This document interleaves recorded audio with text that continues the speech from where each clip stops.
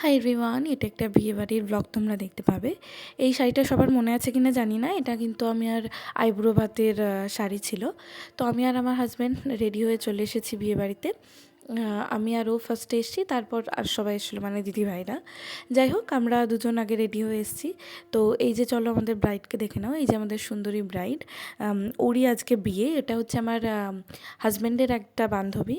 তো ফার্স্টে স্টার্টার থেকে শুরু করি, চলো। স্টার্টারে ছিল হচ্ছে ক্রিসপি বেবিকর্ন, তারপরে ছিল জিলিপি দিয়ে, রাবড়ি দিয়ে। তারপরে আমরা খেয়েছিলাম ড্রাই চিলি চিকেন। এটা বাড়ি এসে খেতে হয়েছিল কারণ আমার ব্রেক শেষ হয়ে গেছিলো, সেই জন্য। তারপর এটা ছিল মেন কোর্সটা বেশ ভালোই ছিল খেতে। ফার্স্টে ছিল হচ্ছে ফিশ চপ খেয়েছিলাম আমরা, তাও কড়াইশুঁটি, কচুরি, চানা, পনির খেয়েছিলাম। তারপরে সবার ফেভারিট মাটন বিরিয়ানিটা কিন্তু ভীষণ ভালো ছিল, মাটনটা ভীষণ সফট ছিল।